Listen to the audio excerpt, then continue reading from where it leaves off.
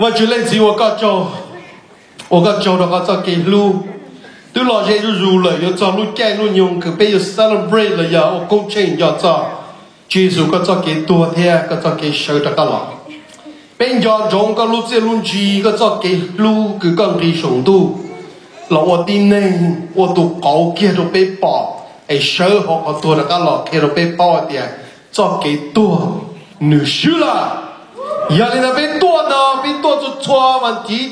cái tua khổ con là giờ bị tua celebrate every single Sunday we know that you have risen from the dead cái sợ họ tua được cái lọ là ấy bị bỏ thì nó bị yên cho cái tua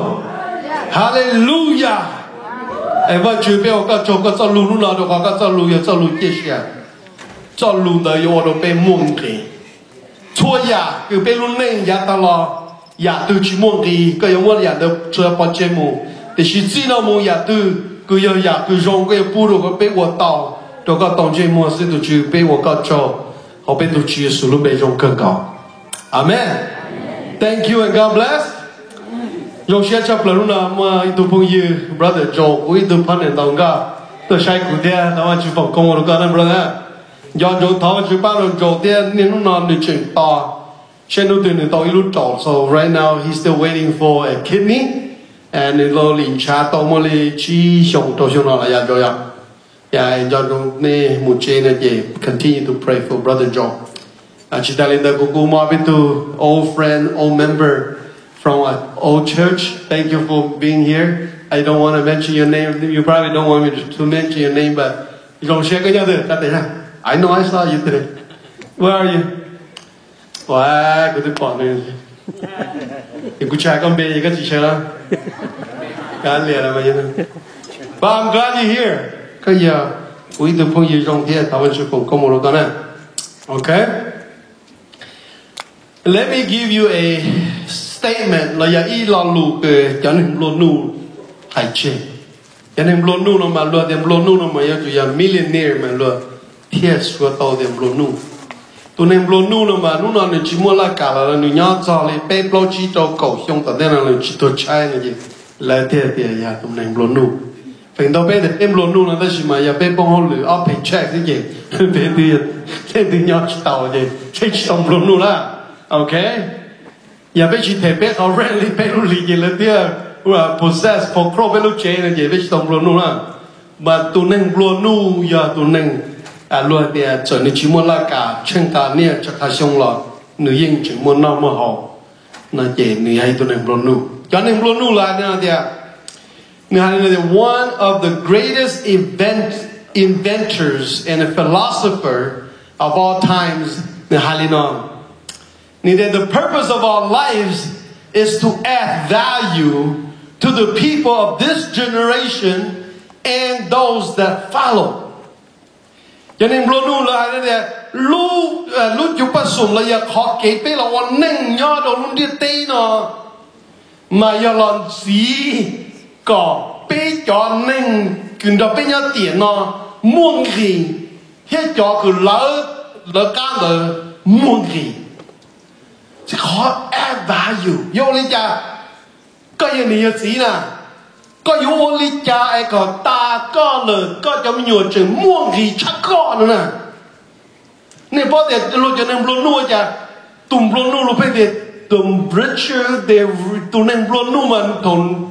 lo luôn thì the rich get richer nữa nè. Tụm nên luôn nuôi mà chuyện hay là luôn nuôi. Bây giờ tụm nên luôn cho một luôn xin. Plua ta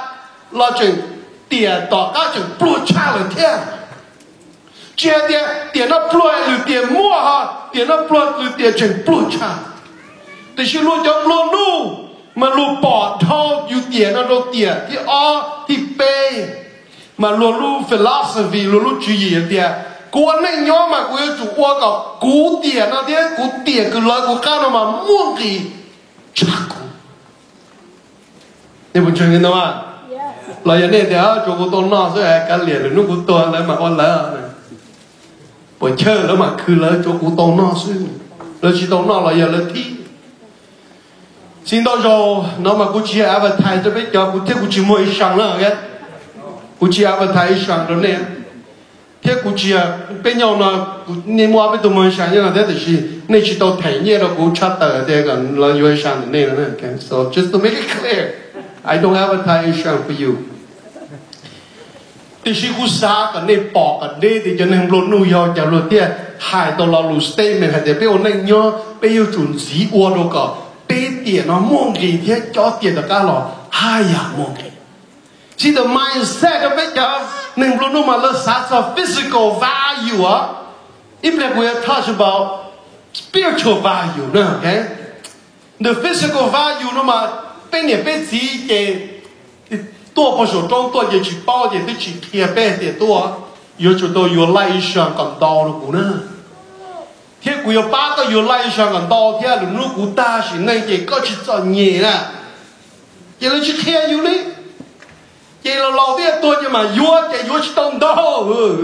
chị thằng nó chỉ nung đi đâu chị thôi tôi lâu ta chỉ nên có chỉ tập lâu chỉ chụp phá cho một thà chị có chừng我都có hai hạt tí nung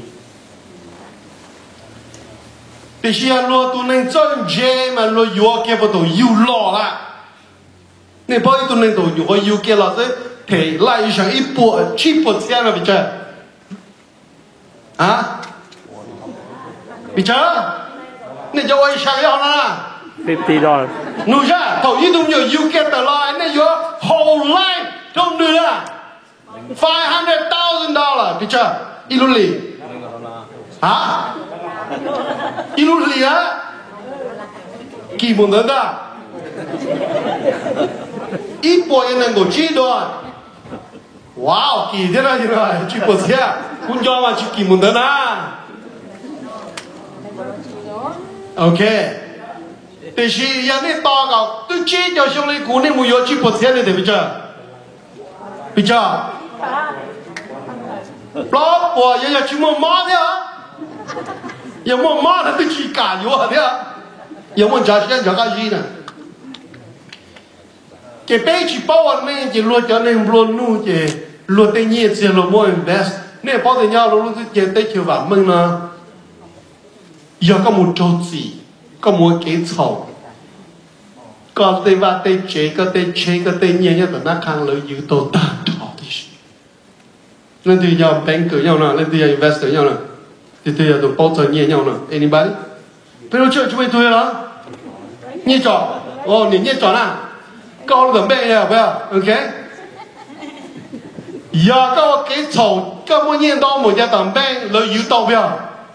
tan thọ à thì khi có mấy đôi life insurance policy ít lắm là lợi dụng đâu lợi dụng chỉ đâu à ok nếu bao thì yêu cho lợi cho nên luôn nu lợi cho politician lợi của tôi chạy nó cho là tí thái lên thứ bây giờ tí thái là bây giờ lo no yêu tí thái là lên thứ cho nên luôn nu nếu bao giờ ý tôi nên luôn nu là do ý policy từ đó là từ tu từ tuần sai ý lang on lang pe lang plo lang là mỗi là do nhẹ cho bỏ ta đó anh thổi lớn ta chỉ nên lớn to millions of dollars tax free này sao đó bây giờ của anh thay đó lấy sang nó là hả zero you don't pay tax why đó có vì cho nên luôn nu luôn chỉ cho trai lò ba rồi cho nên luôn nu còn luôn nu mù dư chị à thầu biết cho mỗi sáng tôi thả nó này chị thì cũng tôi chỉ tôi sát tua chả có chuyện tôi mỗi sáng nó còn cũng tua đó bây giờ lư ra hồng môn là sao rồi đó chị tôi chùa chị nhớ chùa mua chị tôi plua chị nhớ plua mù sư nữa này bao à mà cho nên luôn nu thế kìa luôn nên là quan nhân đừng cái tới nó mà ta chỉ bên nhau là bên chủ động qua đâu cả chó cứ bên nhau nó muốn gì thế thầu bên thầu là chỉ hai muốn gì value vừa chẳng có thể bao thì có muốn gì giờ có muốn nhiên đạo gì có muốn gì thôi mà có cỡ chân chế gì có muốn gì giờ ít tu nên cỡ ta doctor nó mà lo value thì nó worth bị chơi million of lifetime nó tao lười nó chỉ lo tiền tu nó muốn gì muốn đến đạo tụi giờ nhau cá cho thì lo thì sao nó một trái phá được là hay nó lúc gì tao thì chỉ vừa đã mà chứ giờ có mua chơi có mua bỏ trái à có họ lưỡi nhiệt tiền đâu gì có họ value go up value được cái tới giờ đi nó sẽ ai ya để cái chuyện đó lo mới khá chi lấy cái rồi để anh nói chuyện mong cái chi lấy sự chuyện你知道是要mong cái吗但是在想啊，这落的，头个全部开起来，个把起到一组对嘞，个鸟到是这不闹是一个全部开哩，那落没干的，这那落的 ，you have no value。mà 就个的，被有个的，好被包下的梦的，有他去，他有了讲被他包的梦的，不打过都还是那的，我去走路，我都被梦的 ，OK？ อย่าไปสากับไปมุ่งดีแต่อย่าไปโฟกัสตรงใกล้เตอไปโฟกัสตรงชันจูปลีหล่อยิงมุ่งดีอีหยาตัวชันตั้งใกล้เตอที่ชันจูปลีที่ชันใกล้เตอมันเนี่ยอีเปลี่ยนซิชันจูปลียังมุ่งอีทีโอเคส่วนนู้นเราเนี่ยเกิดโตขอเราละเนี่ยตัวหมูป้าไม่เจ๋งเนี่ยชอบต่อตัวมุมมอละมันอยู่อีช่างนะเนี่ยพอเดี๋ยวกูจะได้ลงที่จะน้องมากูถ่ายตัวเนี่ย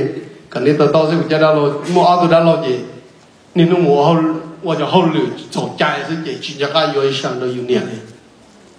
这讲那年多的什么年？也因为都到了กูเจ的，你กู有到一考，就把你两千块钱到กูเจ，两千块钱这啊，快点的啊，去做了 ，OK， 去了做就去挣钱，但是嘛，本到被两千块钱挣钱到了，OK。thì nếu như chỉ tao thì nếu như tao chỉ cho xe policy sao, cũng để luôn cái là cái đấy, cái khứ này cái này chỉ do chỉ lại được là đấy, thôi này tại tôi sai cái tôi rồi cũng để yêu chủ tôi yêu, nó còn này đó cái này chỉ do thì cũng yêu, nên chỉ là cái một policy nữa là tao không muốn yêu chết, thì thôi này tại cái tôi yêu tại cái là chỉ yêu ít policy thế thì nên chọn cho một cái policy nữa chứ. thì qua đó cái chuyện nhà ga của tôi yêu nên có cheap policy sao cái chuyện nhà tiền thốt rồi, cái cuộc tàu nhiên tàu chuyện tàu đó đó là giờ mỗi lúc biết thì cái trong tàu đó người ta nhiều gì là tàu xe những cái tàu xe thế, thì nó add value cho yêu được cái tờ này bao đó, thì qua nó bắt đầu để cái sapphire của first class nó vẫn nó tàu mà. bây giờ này nhớ với chủ bỏ thì lúc rảnh mua lên nó nó tỏn tê à, ok?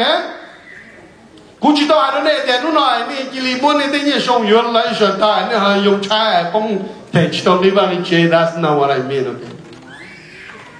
Để chỉ yêu chủ chân mà nên chỉ tự nhiên chỉ là yêu phụ tao đi chơi thì yêu lên đó ai thầu lo cho là bây giờ yêu đẹp đi sang là bây giờ like đi sang là, ok? Họ nói có sao promote value đồ này. Còn nên sẽ promote nên tên mình nhớ còn nên chủ thông nhiên cho mình waste nên bao giờ nên chỉ nhớ lại sản đó nên tên mình nhớ nên chỉ nhớ tên nào đó nên gì nên cho mọi chuyện ở trên ta you invest in the wrong stuff nên muốn invest ở đâyอยู่กี่ta nên bao giờ lo tên mình nên tên mình cần lo cho bạn mình phải bạn mình lo tụi nhiều yêu lo gì yêu lại sản đó là lo tụi invest cho nào lo tụi try thì nó thế rồi lo chỉ cho nó có school là lo tụi education scholarship là lo tụi cho nó tên nào cho ta tổ cho cha tụi mình nhiều một cần ta lo tụi mua nhiều đâu một cần ta bây giờ tổ cho gì chơi họ tụi là chỉ mua nhiều chứ cái này nó mình nhớ là chỉ mua nhiều một xí khác lên chứ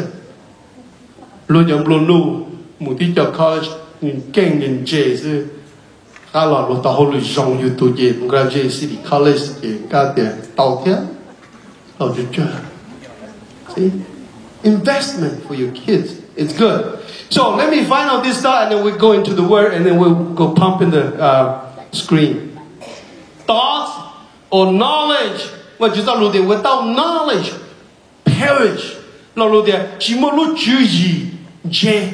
một cái bộ chua chỉ cần đó rồi biết sao cái chọn gì là cho bên mà bị nó chỉ ra để bên dùng lý giải đó rồi bên sẽ chỉ ra so we don't have the knowledge bên chúng ta cái gì to make the right decision to bên luôn này so knowledge or thoughts leads to feelings nên bao giờ nên cho cái xa nên cho cái gì nên lúc chú ý nữa ở đó nên mua mong chỉ muốn lo lù feeling gì đấy có you mong tao nè có what you feeling thì what I feel good I feel motivated I feel lifted cú ở cú trái cú ra cú mong tao cú kinh cú siêu nên cơ lo được họ có xả giờ lúc đó có xả phê gì có họ feeling đâu feeling cái gì down negative cái ở đó có ozone bây giờ thì chỉ có xả họ dùng có xả họ kỳ vọng mình có xả được họ thì wow God is good có xả được họ thì mình và chuyện bạn chỉ họ dùng chấp là lúc có cái lúc xả cho họ dùng you feel good có xả đôi có mua giò có xả giúp linh mua giò có gì dùng xe bring good feeling được có okay thoughts create feelings leads into action nếu mà để họ đi mua feeling thì wow I'm happy today nu là con cú xe lu con bộ đồ con dùng xe con cua con ở đây là con ở thiệt thì khi này nó có sạp phê ra có sạp mà lại cũng nói tôi nó chỉ có sạp nó chỉ tôi sai rồi đó có những sạp phê chứ có những sạp tôi rồi你婆婆呢？就那种把你那go by 那好 feeling 那好 thought 那好给啥 OK 要做我们问的啦既然那个人我去做路的我都个感谢我都个叨叨我都个啥用这都个么好用的你好 feeling 的 live into action 好 action 的我都个这里哦我懂的话就是这种我懂的话就他我懂他话就我懂不吃那么他就好像我懂木我懂铁话去了的你 live into action the action produce what result 那么才到的他个么好 action 去多了的你要我都搞到把自己的那个那么出去好用的个第二个去摸杯呀那的God didn't know nhớ chế tu sĩ. Okay, let's get into the word. I want to continue to talk about values. Okay, the scripture, the word of God, and the word of God is something I want to continue. This is a part 2. Okay,你要去走路摸些不要？ Yes. 要去走路弯路不要？ Yes. 要去走路去走啥呢？ thế mà chúng ta lù chỉ bự đi nè và chúng ta lù mua xe okay get the next slide em và chúng ta lù cái nhìn nó living na mình thì nó rồi họ cứ chỉ chia sẻ này nhìn chúng ta lù đó nó có ba đồ này chia sẻ chúng ta lù đó nó có một bên sự hoạt động này chia sẻ thiên cho lù này cho lù muôn gì giờ nên nhìn người cho họ nên lúc xe lúc la lúc lời anh nên chơi nên meditate upon chỉ cho lù đời有我的呢muôn gì nên bao giờ quay cái vào lúc của chúng ta lù này thì sư bảo lâu được show ra nó này thì lúc tại Á đó nè giờ thì chúng ta chỉ cho được họ là lúc tại Á là cũng muôn gì giờ này chỉ mới đi luôn tại Á nó rồi để nên là xây luôn tại Á nó mà bây giờ nó có cái sang gan nhá đi trong cho là chơi không muốn cho ya ta chỉ cũng mới cho cú cho họ là của để luôn tại Á nó mới cho cú luôn nên cũng chỉ tăng là hả là nên để ở xứ đào xứ chúng mình cho cú là giờ cũng mới cho cú từ tiền đi bỏ để im bả cú xứ là chỉ đòi cho đấy là in dùng bả cú cho nó lúc tài nó xứ tiền cú lúc tài nó mới im bả cú luôn I'm pretty sure cú thì tôi số là sao cú mà đâu tuần tới mà cú sao thì mấy cho ý sợ là ok im bả đấy à ai cú thì chúng mình đâu thì chúng mình phá được là cho nó hổ rồi nè nên不sợ thế cú giờ sư hư là cú nhớ là cú sợ là 你早点那去学了，你还是了，古了古一学了，这些都我在我找狗爬就好了，你不学，学什么？是看到有我的那路带的莫 value 莫给，知道了？我就在路中的痛苦了呀，你有一个 living treasure。chẳng cha tên nhẹ tên cũng đó là thường nó nhớ tao nó có là nó qua đó có lu ba đi nữa là cho nên hung đó cái gì chết xe muốn gì nữa in wow tao à. So we're going to continue to talk about our theme next year, this year. So on the next slide is that we will continue to talk about bé họ tin gần trong nó của kia rồi nên tao cho bao mình để họ kinh doanh do chân lý giá trị do right believing. Tôi看到rồi bé ông nên nhớ là cho kinh doanh bé chỉ bao họ từ chân do thế chỉ do we don't know the difference.见到rồi bé chuyện啥的đây rồi cái như nó do đây rồi cái như đó chỉ do nhiều chuyện muốn trong một啥de họ do họ chỉ do do tụi có bao họ do là để họ tự chỉ do những cái bao de họ nó chỉ do. So we shall continue teach còn này bao the how right believing hả de nó cũng chưa là cũng chưa lý giá trị do. And so we're gonna teach you the 16 fundamental truth about bé mong ấy chỉ là Assembly of God cho kiến chứng một cổ cho con nữa. So the next slide is that we'll just repeat this again, but I want to talk about this. Okay. Again, I want to read this to remember. Nói là bé thơ khó doctrine nhớ đồ bé power là bé khó cổ cho kiến chứng nhớ đồ bé ấy chỉ nè. Nên cỡ nên do nó giống this is very important to pay attention to. The scriptures, both the Old and the New Testament, are verbally inspired of God, and the revelation and all the revelations of God to man, and the infallible and authoritative rule of faith and conduct. Okay? Lúc mong người ta nói thì đó và lúc cũ là những vật chủ cho lù nhau đồ vật chủ phong tờ, phong cũ thì phong chiên nó, phong linh do vật chủ hài lù cho tin nên thì sầu tàu nữa nè. Chỉ là nhớ bự là một nhớ bồi số trong là sân xa là cái lý sầu chỉ là linh đó giờ mà chữ hai lù đó là theo revelation nhớ đó và chữ có kia đó tin nên cái sầu infallible nó mà tên ý chỉ mới học lo chỉ mới học pay chỉ mới học bông chỉ mới học chỉ dùng đi nếu nhớ mới chỉ nếu mua phụ chỉ là giờ authority nó mà đi nếu mua cho cái giết gì authority nó mà sai đâu thì nếu mua lu tàn niệm cười lòng hai lý gia thì uo linh đó nó chỉ lông nữa cái hay cho nó cho cái chân thế hay cho cái uo neng ở luôn địa tên nó conduct okay. So let's go to Hebrew chapter 4. The next slide is chapter 4 verse 10 and 13. Nửa hay nào nhớ được hiểm lại trong plong cái cổ đó cái cổ tên này there for the word of God is alive and active and sharper than any double-edged sword. Nên thế mà chúng ta lùi yên cho lùi cái chia sẻ thiên nữ giấy cho lùi uôn nụ mà nữ chẳng chê cha y tan đa ở sáng chê y tan đa nếu tôi phải y tan đa ở sáng chê cũng chỉ tôi bỏ kia ra cũng nó là hai thứ sự nên bỏ nó giá kia cũng thế tại đó là cũng sai tan đa ở sáng chê không chẳng cũng chê thì muốn nên cho nó mà nhưng khẩn đa khẩn tiền tỏ chế thế nên mới cho tiền lấy chân đa ở sáng chê này thế bây mà bên trái có tan đa ở sáng chê đâu bên trái trái bên lại bên nào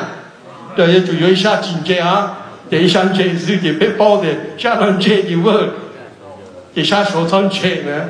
à giờ bên từ muốn đã trả sáng chê là thì chính phát trả yêu là sổ yêu thế á thì và chúng ta luôn được kia thì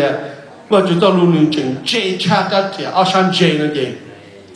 nên cho họ nói thì muốn trả sáng chê nữa thì nên chính phát là nên chê cần ngộ đó chứ mà và chúng ta luôn chỉnh tiền được chê cha đã tan đa lên đời kia nữ孩子呢，就长大阿上街的准备，差点去打人的嘛。你要 penetrate 或者走路的嘛，你要 penetrate even to a divided soul。mà nên走路的嘛，要同你认目的你拿走路的嘛，你要加几目多都 soul 的嘛，你包的 soul 的嘛要，你好 feeling， 你好给啥，好你都就 bleed 了，OK。mà nên ga kia một đó họ nên họ cứ nên có cái sáng nên tuần chụp li the dividing soul and spirit nên bao giờ họ nên chạy between nên tuần li thì họ nên cho sáng là để tuần siêu nữa nè the thinking the emotion nè mà cho lúc nào nên muốn ga right between cái họ divided line there what is the soul or the mind and what is the spirit mà tuần cho lúc nào mà nên change một đó mà tao nên nhìn mà nên cam một đó mà nên một convict này là nên một kia này là this is right and this is wrong this is right họ nói do họ nói chỉ do đó nên kia này đó nên ga tao nên lúc conscious thế lúc soft conscious mà nên khó lúc mình cảm mà nên mua là lúc để conscious mà ya you cứ sát ta chỉ nó soft conscious nó mà khó nhớ bút tao cái nhưng nhớ còn sát rồi ok khó soft conscious ok mà tôi chụp lấy cho lù nó mà nếu mà bây giờ gam tôi đó họ có conscious đấy họ subconscious đó có nếu mà bây giờ muốn hại tôi đó họ tí gì nữa chỉ ta lên đó này đấy cho lù nó mà nếu mà cả một tôi đó họ có cho lăng xa à joint nè nè bao giờ nè cho trẻ chín trẻ này một tôi nhiều của tôi một sĩ ta làm tôi mấy tôi nhiều sẽ chỉ cần nhiều lại là tôi bắt sang được bông này nữa tôi còn này mới cho lăng cho họ tôi vậy có đó kiểu chuyện chơi chỉ có lý cho lần đầu đùn join nó chỉ chỉ plà đó đây là chỉ cây nè okay mà tôi chụp lên cho lù nó mà nên cả tôi họ tụ xa cho join đó mà cho marrow tôi xem mà cho lù xa cái gì nữa nè mà judge the thoughts and the attitudes of the heart and cho lù đó mà nên cả tôi đó mà nên một tiếng gì đó có cho cái xã thế có tụ养殖họ có lúc chết thì你说啥的哦？弄那个啥刀好赔呢？你把就去包了，把就包的些好。那个啥的把就去包了嘛。做错呀，那啥赔容你家的是本，把就找路人家到了好路包的些人家的，懂猜啊？没不猜的，无限人做这个那不猜的。那点 nothing in all creation， 那么的什么呀？不同其根个话就其中的对，老早都大是那什么一样 ，nothing in all creation is hidden from God's sight， 什么一样，这不同，路去到期望不啥啦呀，不同这，要么还见 beyond creation 里呢，要不要么还都什么，我就做路就还都定能这个，还到 creation 老师还阿当了咯。你的不同的了，找到大学了，这么一样，又想到那我去好么，我去报。被一个陶瓷从马上的人呢，去么好去陶瓷里呢，个陶完就在地上。We are sinner， 被去 perfect 了。We're not perfect, but who makes us perfect? Jesus. He's perfected for us. 就还有我还搞被 perfect 了呢，被这苦的真的全来真的得讲的是讲是这，别人啊，你有啥的有些讲是这，咱们就去包了，我就包的是啊，别人啊，包错呀。Nothing is hidden from God's sight， 别人啊，来那的那我都得呀，我就去包的了，我们得呀，那我那的我就去包了。Nothing， nothing， 总裁的哟，要如果觉得包被戳哑了，不总裁的，呼，总裁哦。Nothing is hidden from God, amen. Everything is uncovered and laid bare before the eyes of Him to whom we must give account. 总裁我可能人哋認波，人哋認你炸嗰時，佢認啲嘢，佢都俾你聽嘅。你呢個錯呀，有冇 key 呢 ？uncover 的嘛 ，cover uncover， 你幫你 cover， 俾我 cover 那樣，那就俾我啲牙齒好啊，就些了，這邊我都下對你，每家人我都下來了啲 uncover， 人家說的寶，爸爸知道了的 ，everything was uncover， 我總裁的。And lay it bare, before the eyes of Him to whom we must give account. Over to show there to the eyes of Him. Nếu họ chỉ hay there to the eyes of everyone. Giờ chỉ trong khí đồ thô, tôi bỏ nó được tớ luôn. Cái thì cũng chỉ bỏ ba tô liệu, tông trai không? Và chúng ta lùi đến mấy người thì biết chỉ lạnh cho nên tiền tiền no, thì biết chỉ tiếc xe, lùi nó biết to gì nữa cho một khí đồ ta, nó chỉ được bỏ nó. Chị em nói là chúng ta xe nhá, yếu lạnh thì lạnh, thổ cái chuyện chết xe lại, nửa nó bỏ sao? Ở cái chuyện lạnh ra thì cũng mới giải tiền để nước của tôi cũng mà muốn khen được muốn khí ta đó sẽ được sai ơi. Ông trai ơi, cái mình trai thế à? Chị em này lạnh thì lạnh thổ nó, em mà chúng ta luôn để cho nhà nếu mà khí ta chuyển to the eyes of Him, okay? Ông trai cái này à? Vậy chúng tôi nhà những giải chỉ thâu tôi lúc không muốn đi. Okay, bây giờ các bạn nhìn cái bên muốn nhìn gì the next slide there. My words never passed away. Rồi rồi và chúng tôi lúc mong gì thì tiếc. Đó có chúng chua nhà chua cái lúc và chú sau treo và chú bỏ lúc nó muốn gì thế? Chuyện chính cái cầu nữa. Nghe được?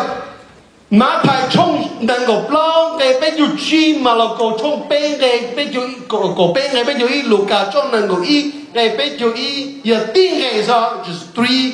scripture different texts but it's the same words same context giờ tin cho lục cho họ cho thứ tỷ giờ cho show okay now let's nói thế heaven and earth will pass away but my words will never pass away. Giờ chúng ta luôn luôn nói chuyện gì à? Và chúng ta luôn, chỉ luôn đi tên nó có thâu mù, luôn du có thâu mù, chua ya nên lúc không muốn bỏ có thâu mù, và chúng ta luôn có nhóm ít. Và chúng ta luôn will never pass away. Và chúng ta luôn giờ lần từ giờ Chúa Giêsu đúng không? Và Chúa ta lưu giờ Chúa Giêsu và Chúa ta lưu giờ ta lưu chia sẻ giờ này những nhau Gioan trong ý nữa thì in the beginning was the Word and what? And the Word was with God and the Word was God. Is God. Okay. So in the beginning và Chúa chỉ luôn địa tên nào theo sống tu chính chế ý bộ trái à is the word giờ nhà theo thế giờ cho lù cho khó thổ lên gì hai lù cho lù giờ cho lù một chỉ thôi à the word the next sermon back the Father the Son and the Holy Spirit is one God one true God the word and the Father and the Son and the Holy Spirit. Nhưng mà nhìn họ chỉ cái này in the beginning God said, right? Bây giờ lần đi nữa thì God spoke là giờ mỗi lần đi là người thầy thì bắt chú hai lu. Vậy thôi bắt chú hai lu. Vậy nữa hai là let there be light and there was light. Chỉ cho nên là tổ chức chúng nó hai lu chỉ cho lu đó create, okay? Chỉ cho nên những họ Hebrews chapter 4 là 5, I believe it was chapter 4. It said before the creation, lúc đó tên là chỉ tao chỉ luôn heaven cái này bỏ sồn luôn đủ chỉ tao chỉ và chủ thế lần gì thế lần tu tu sĩ thả đi à?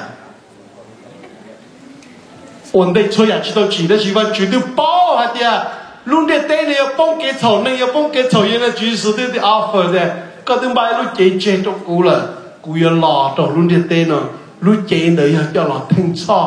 cho tiên cho cái cho. Even the creation wasn't even created yet.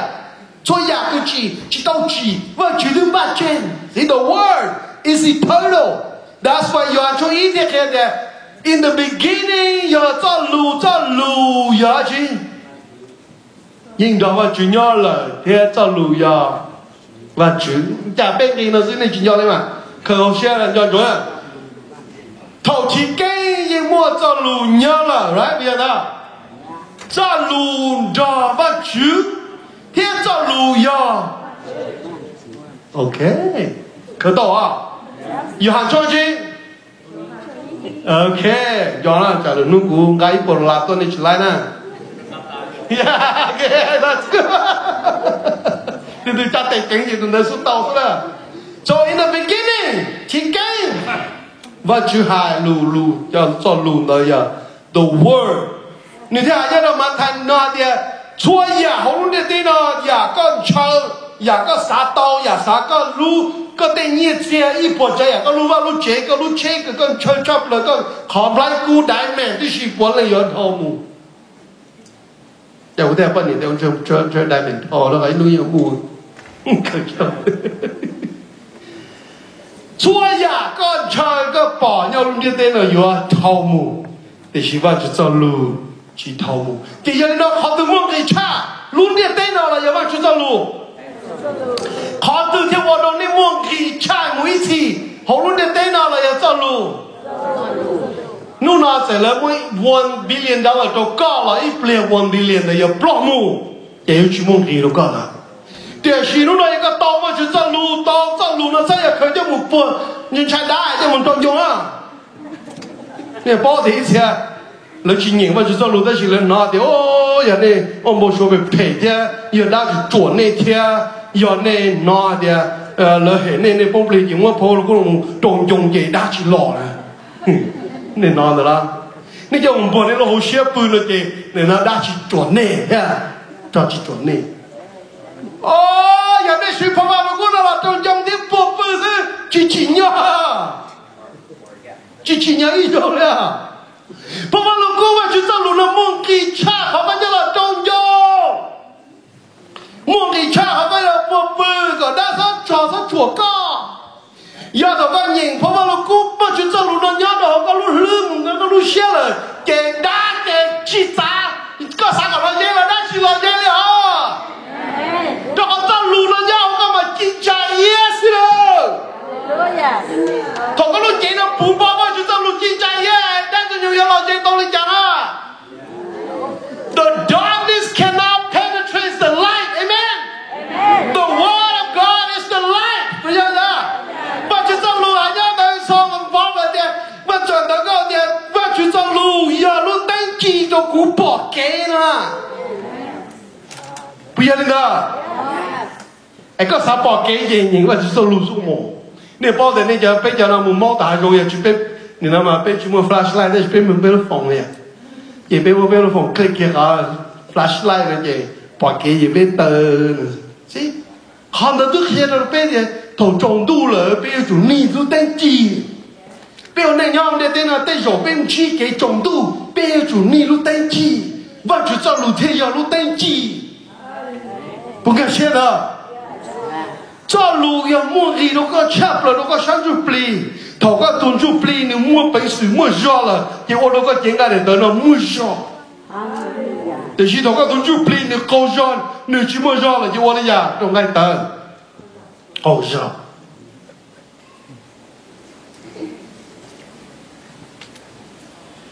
nhớ đồng thằng câu trong cổ plo ý bộ plo chịu gì ngay trong thì he established them forever and ever he issued a decree that will never pass away. Và chúng ta luôn mà giờ nó to hai chế đến được hai là mà yên chỉ plo lên là nhớ một ít gì lên là tụi và chúng ta luôn nó muốn gì một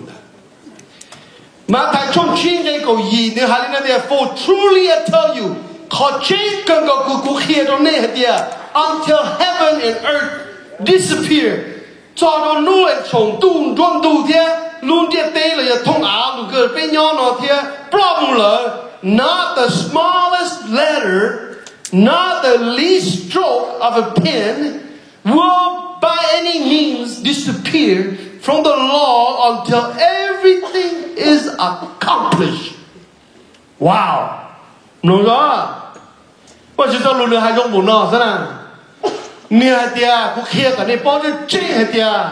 Lu dia tê lu tu nè, lu tu ya plom mu le lo, mà chỉ cho lu cái ý lo lu dia, mê nhau na ý lo lu sao?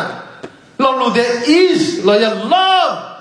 lo ya lo lu dia cho tuần này nếu đi đâu sao đó họ là gì yên chỉ bỏ nhớ một ly là while will by any means disappear from the law until everything accomplished. Còn tôi chúa ya biết ta. Bộ hai thế là cái gì? Và chúng ta lúc bộ hai thế. Anh yêu ngôn của nó giờ biết đi chỉ sang cờ luôn. Hai thứ tiền đi họ. Bây giờ là ok. Tôi chúa ya bên trời nhau luôn đi tên nó.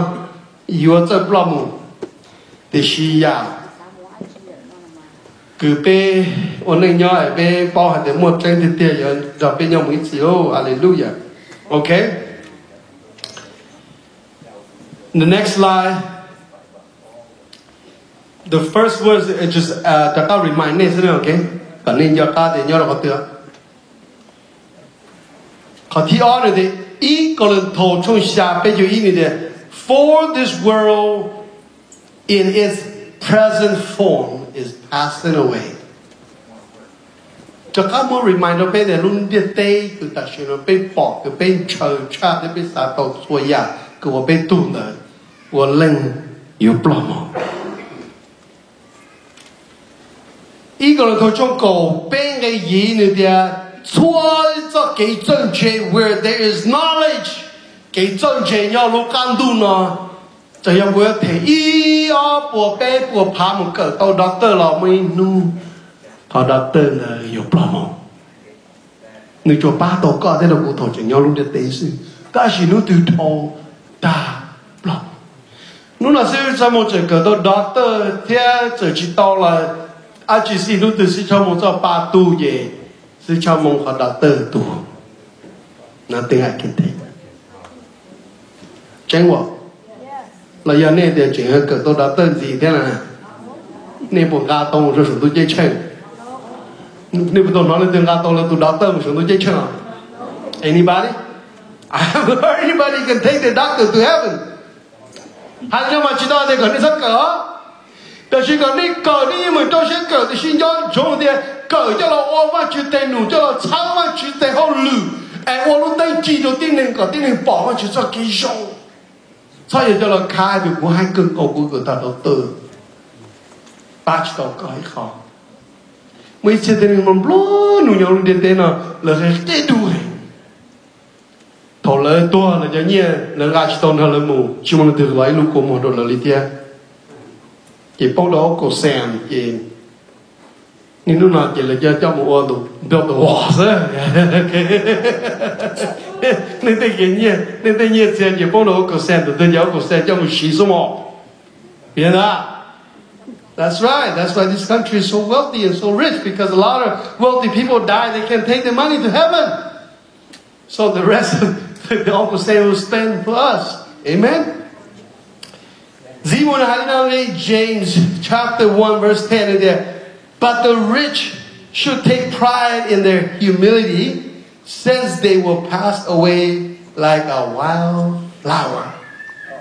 Wow! Ni puto mo shi ta. Sam mo ya lo na ni mo shai ta te ka ni pa te pa. Lui na ko nyum la ni mo ni pa te pa ni te o long ko ke de shin lu ni mo na ja o tu ni. Ko tu pa sha. Nuôi từ tập ba ngô cơ nhỉ, nuôi nào cũng đã tổ sư ba ở ta, ôi đi cô, cho họ trốn chơi gì rừng tàu à, bây giờ linh tử thế nào, bây giờ kiếm luôn nu nhau luôn đi tên nó này hay tiệt, có biết take pride, đó là có biết take pride in humility, hay tiệt bây giờ luôn nu bây giờ mua nhiên bảo đi cha lo, có biết cho phải chỉ biết xí đến biết đi nhiều chuyện nó có muốn gì. Ở trong một ba thế chơi được lên tu cho cái trò nghe còn đầu tiên đó bên nhau mũi chỉ họ họ bên khởi tiền đó bên sẽ chỉ ít tiền chỉ dùng để cho ba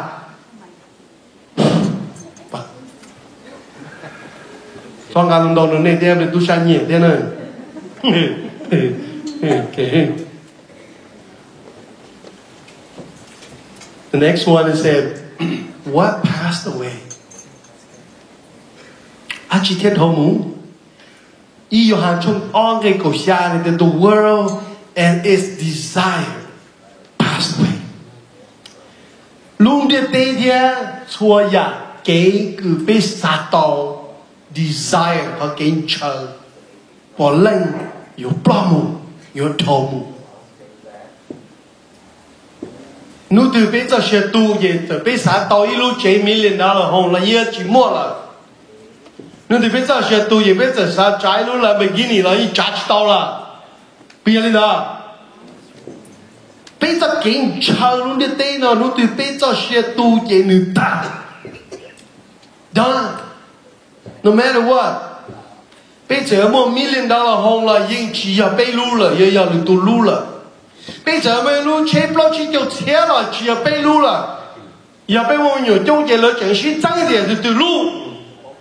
ok để phải bộ,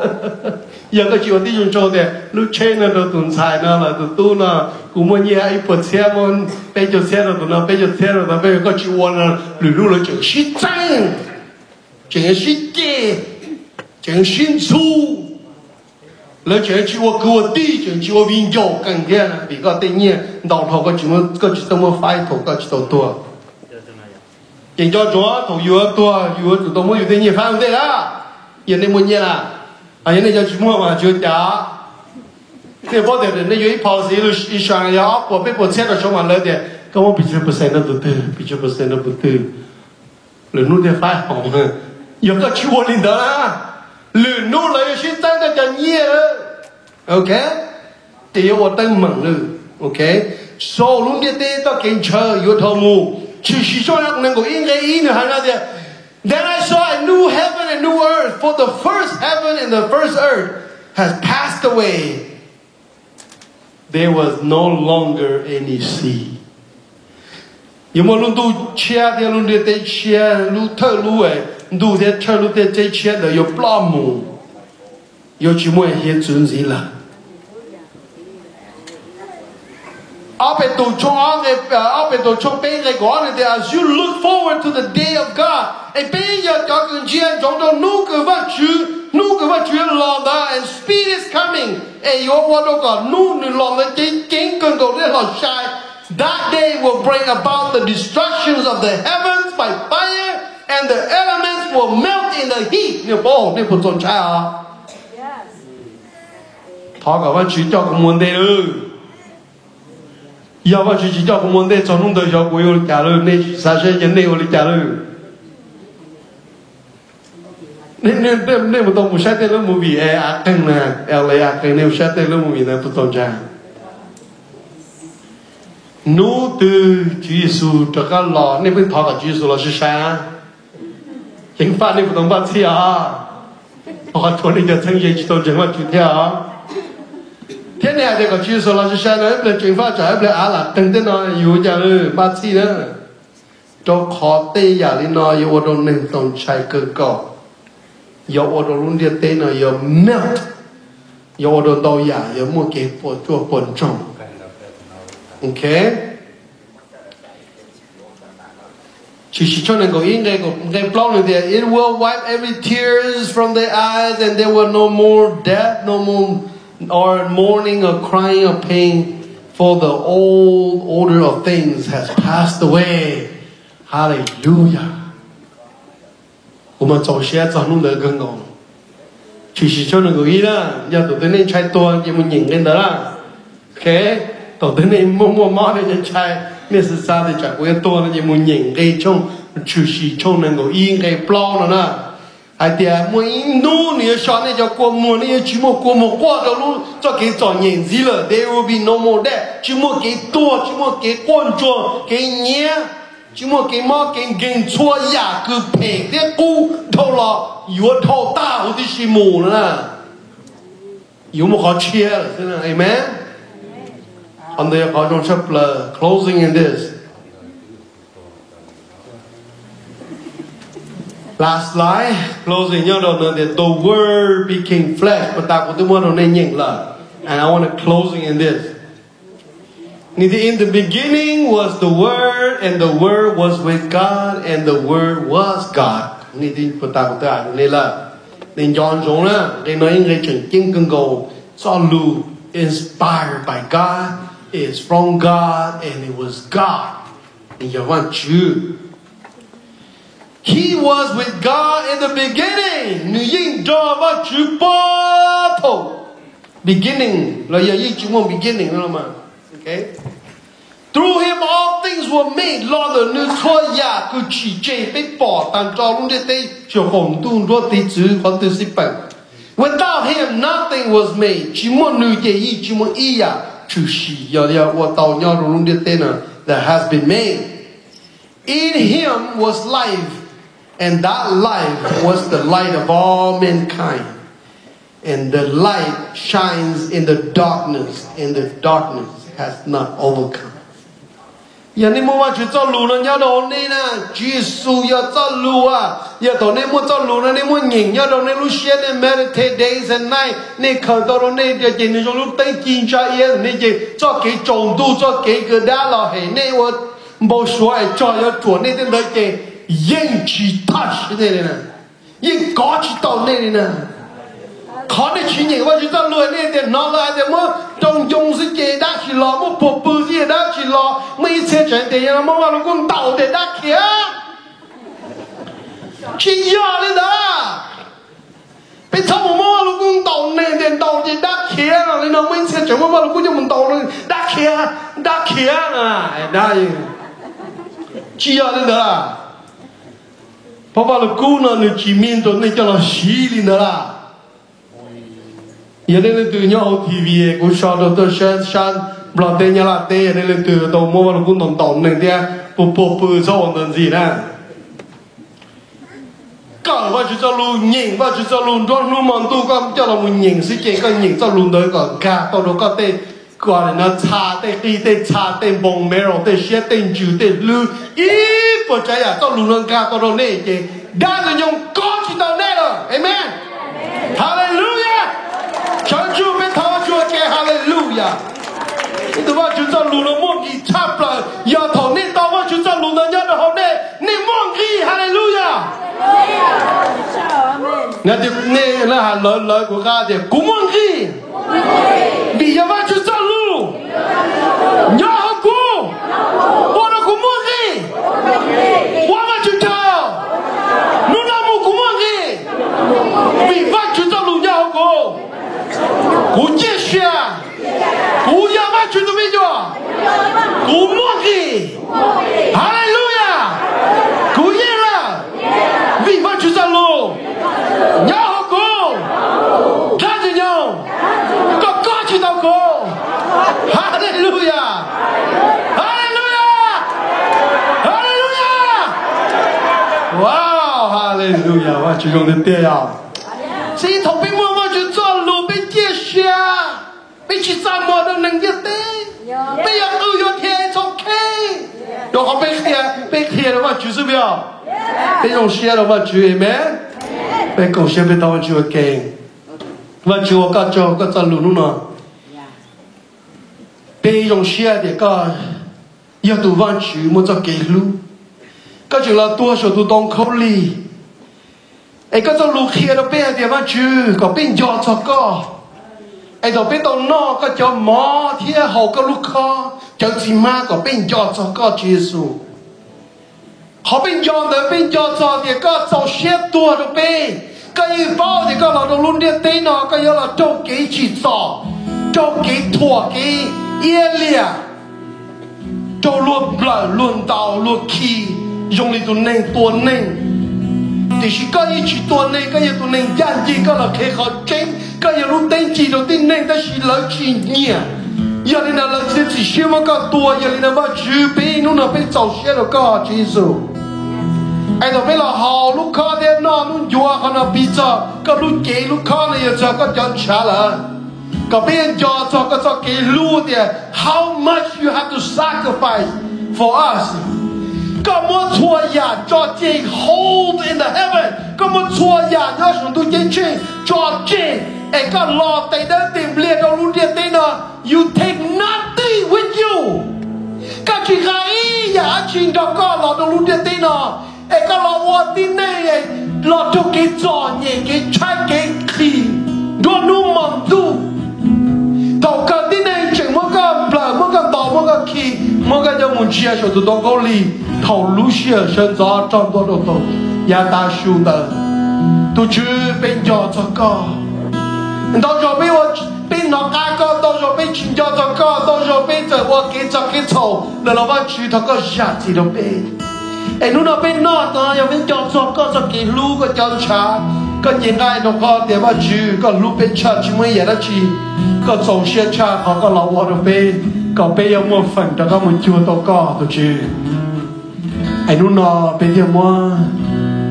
路靠天，但有那飞到个。ai đâu biết làm nào là văn chữ bên nào làm được chỉ sự có lúc bể bên đó có xin cho rồi bên đó có công ý cho xia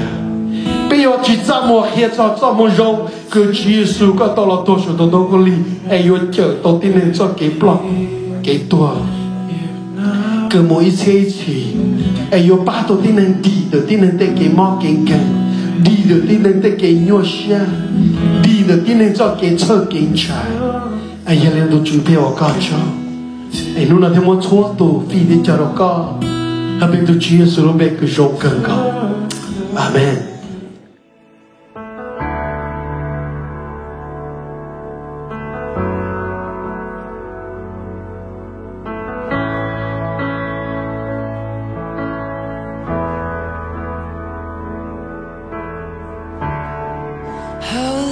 For the moment